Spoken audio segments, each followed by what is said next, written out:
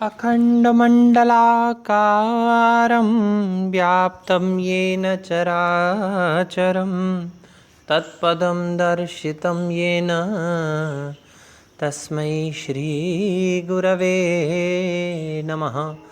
तस्मै श्रीगुरवे नमः। तस्मै श्रीगुरवे नमः। प्रिय विद्यार्थियों, हम अन्नम भट्ट विरचित तर्क संग्रह का अध्ययन कर रहे हैं, जिसमें हम द्रव्य प्रकरण पर चर्चा कर रहे थे। द्रव्य 9 होते हैं: पृथ्वी, जल, तेज, वायु, आकाश, काल, दिक्, आत्मा और मन। पृथ्वी, तत्र गंधवती पृथ्वी, शीत स्पर्शवत्यः आपः और उष्ण स्पर्शवत तेजः, इन 3 द्रव्यों पर हम चर्चा कर चुके हैं। आज हम वायु पर चर्चा करेंगे। पंच महाभूतों में से महत्वपूर्ण स्थान है वायु का। रूप रहितः स्पर्शवान वायु, जो रूप से रहित है, स्पर्शवान है, स्पर्श से युक्त है, वह वायु है। ध्यान दीजिएगा, इससे पहले हमने क्या पढ़ा था? आपः, शीत स्पर्शवत्यः आपः, शीत स्पर्श वाला जल है। उष्ण स्पर्शवत तेजः, उष्ण स्पर्श वाला तेज है, किंतु रूप से रहित स्पर्शवान वायु है। रूप से रहित स्पर्श वाला जो तत्व है वह द्रव्य वायु कहलाता है। अब प्रश्न किया किसी ने, रूप रहित कैसे है? कई बार जब धूल मिट्टी उड़ती है, आंधी आती है तो हमें वायु दिखती है। ध्यान दीजिएगा, वह वायु का स्वरूप नहीं है। वायु तो रूप से रहित है, लेकिन उस वायु में उड़ने वाले धूल मिट्टी या और भी जो तत्व हैं, जब वो उड़ते हैं तो वो हमें दिखाई देते हैं, वायु नहीं दिखाई देती है। लेकिन वायु स्पर्श से युक्त है। कैसे पता चला? कई बार आप छत पे खड़े हो जाइए, शाम के समय हवा चल रही हो, और जैसे ही हवा चलती है हमारे शरीर को स्पर्श करती है, पता चल जाता है। हवा बंद हो जाए चलना और फिर अचानक से हवा चले, जैसे ही हवा शरीर को स्पर्श करेगी आपको पता चल जाएगा हवा चल रही है। नीचे कमरे में बैठे हुए हैं, पंखा अचानक से बंद हो जाए, गर्मी का अनुभव होता है, और जैसे ही अचानक से लाइट आ जाए या पंखा चला दिया जाए और पंखा जब चलता है और हवा आती है तो हमें स्पर्श प्राप्त होता है। तो स्पर्श से युक्त क्या होती है? वायु होती है, लेकिन यह वायु तत्व रूप से रहित होता है। पूर्व के द्रव्यों की तरह यह भी द्विविधः, 2 प्रकार का होता है। नित्यः अनित्यश्च, नित्य वायु और अनित्य वायु। नित्य परमाणु रूपः, जो नित्य वायु है वह परमाणु रूप है, अत्यंत सूक्ष्म होती है, और अनित्य जो है वह कार्य रूप होती है। यह अनित्य वायु पुनः 3 प्रकार की होती है। शरीर, इंद्रिय और विषय के भेद से इसके 3 भेद माने गए हैं। शरीरम वायुलोके, इसका शरीर जो है वह वायुलोक में विद्यमान रहता है। इंद्रियम स्पर्श ग्राहकम त्वक सर्व शरीरवर्ती, इंद्रिय क्या है इसकी? स्पर्श के तत्व को ग्रहण करने वाली जो त्वक है वह त्वचा सर्व शरीरवर्ती, संपूर्ण शरीर में व्याप्त है। अब इस सर्व शरीरवर्ती के 2 अर्थ निकल सकते हैं। एक तो सर्वेशाम शरीरवर्ती, यानी सभी लोगों के शरीर में, यानी जीव हो, जंतु हो, पशु हो, पक्षी हो, सबके शरीर में विद्यमान जो त्वचा है वह। यहाँ सर्वः शरीरः, यानी संपूर्ण शरीर में विद्यमान जो वह है त्वचा, वह इसके स्पर्श को ग्रहण करने वाली इंद्रिय है।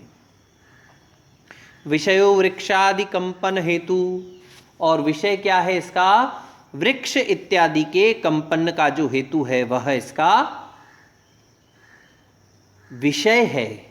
हमने अभी चर्चा की, शरीर वायुलोक में विद्यमान है, स्पर्श को ग्रहण करने वाली संपूर्ण शरीर में विद्यमान, संपूर्ण शरीर को के बाहर की तरफ से विद्यमान जो त्वचा है वह इसकी इंद्रिय है।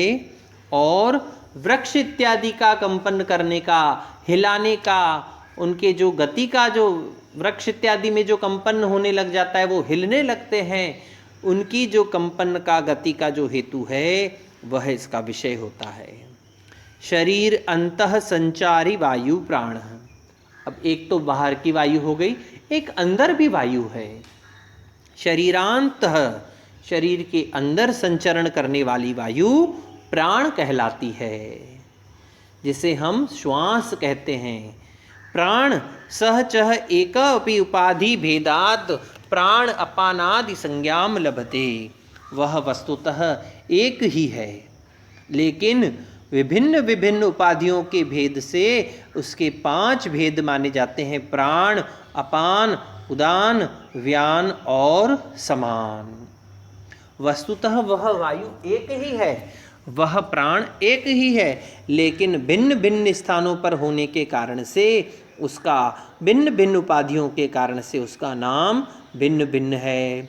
जैसे शरीर में घूम रही है वायु, एक अंदर जा रही है, एक बाहर आ रही है। यह वायु जो है, प्राण जो है, यह हृदय देश में रहता है। यह तत्व जो है प्राण का, यह हृदय में रहता है, इसीलिए इसको हम प्राण कहते हैं। किसी की डेथ हो जाती है, श्वास ले नहीं पाता, श्वास छोड़ नहीं पाता, तो क्या कह देते? प्राणांत हो गया, यानी प्राण समाप्त हो गए, अब न प्राणों का आना है न जाना शेष है। तो प्राण कहलाती है हृदय में रहने वाली।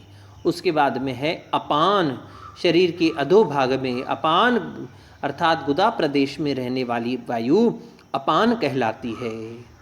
एक होती है व्यान वायु, संपूर्ण शरीर में गति करने वाली यह व्यान वायु होती है।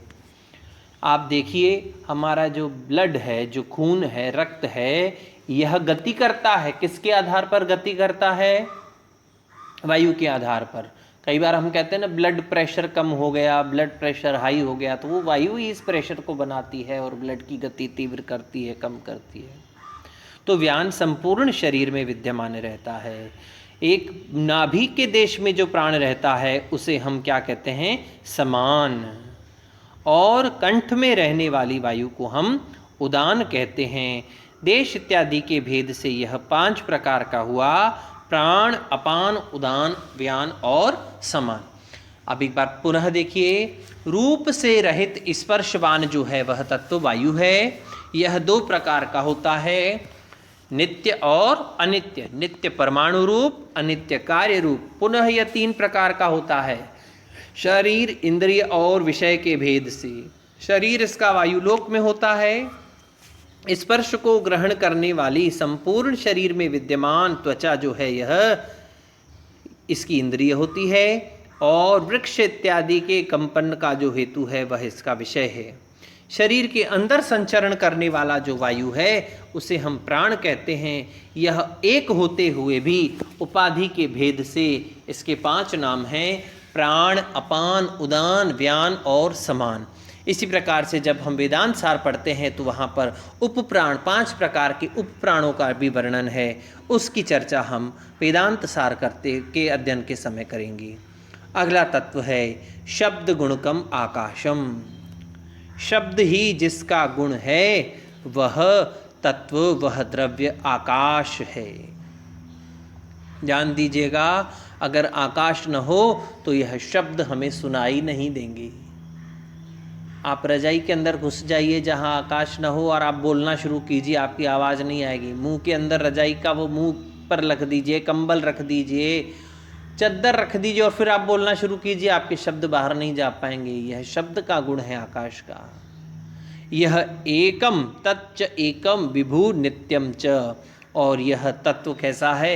एक है, विभु है, सर्वत्र व्याप्त है और नित्य रहने वाला है। ये जो हमें आकाश दिखाई दे रहा है, इसका मतलब आकाश से वो ऊपर वाला आकाश नहीं। आकाश का मतलब खाली स्थान। आपके और मेरे बीच में जो जगह विद्यमान है ये भी आकाश है। हमारे 2 हाथों को सामने सामने रख दीजिए, इन दोनों के बीच में जो जगह विद्यमान है ये आकाश है। हाथ को बंद करके मुट्ठी बना लीजिए, मुट्ठी के अंदर जो जगह विद्यमान है यह भी आकाश है। दोनों हाथों को पकड़ करके ताली की मुद्रा में रख लीजिए, उसके अंदर जो थोड़ा सा स्थान शेष रह जाता है अंगुलियों के बीच में, वह भी आकाश है। एक घटाकाश, एक मठाकाश। यह आकाश का तात्पर्य यहाँ पर है खुला स्थान, रिक्त स्थान, शून्य जिसे कहा जाता है, गगन कहा जाता है। तो शब्द जिसका गुण है वह तत्व आकाश है। तच्च एकम विभु नित्यम च, वह एक है, विभु है और नित्य है। इसके पश्चात अगला द्रव्य है अतीत आदि के व्यवहार का हेतु जो है वह काल है। अतीत, वर्तमान और भविष्य, तीन प्रकार के काल माने गए हैं। ये हमारी दृष्टि से, हम साहित्य की दृष्टि से देखेंगे तो हम 3 प्रकार के, 10 प्रकार के भी काल मान लिए गए हैं हमने, लेकिन वस्तुतः यह अतीत इत्यादि के व्यवहार का हेतु है। समय तो एक ही है, लेकिन अगर वो हमारे सामने जो समय है, जो चल रहा है, वो वर्तमान कहलाएगा व्यवहार में। जो बीत चुका है उसको हम अतीत या भूतकाल कह देते हैं, और जो हमारे सामने आ रहा है उसे हम भविष्यकाल कह देते हैं। यही भविष्यकाल वाला आज आकर के आज हो जाता है, वर्तमान हो जाता है, और यही आज वर्तमान जो है कल बीतने पर यह भूतकाल हो जाता है। वस्तुतः यह काल एक ही है। सच एको विभु नित्यश्च, वह एक ही है, विभु है, व्याप्त है, सृष्टि के आरंभ से लेके सृष्टि के अंत तक, और न जाने कब तक यह काल वही रहेगा, और नित्य रहने वाला है, व्याप्त भी रहेगा और नित्य भी रहता है। तो आज हमने 3 प्रकार के द्रव्यों को देखा। रूप से रहित स्पर्शवान वायु है, शब्द गुण वाला जो तत्व है, द्रव्य है, वह आकाश है, वह एक है, विभु है और नित्य है। इसके पश्चात हमने देखा काल जो है अतीत इत्यादि के व्यवहार का हेतु काल है, और वह एक है, विभु अर्थात व्याप्त है और नित्य है। इतना कहकर मैं अपनी वाणी को विराम दूंगा। शेष बचे हुए 3 द्रव्यों के ऊपर हम चर्चा कल करेंगे। ओम शम।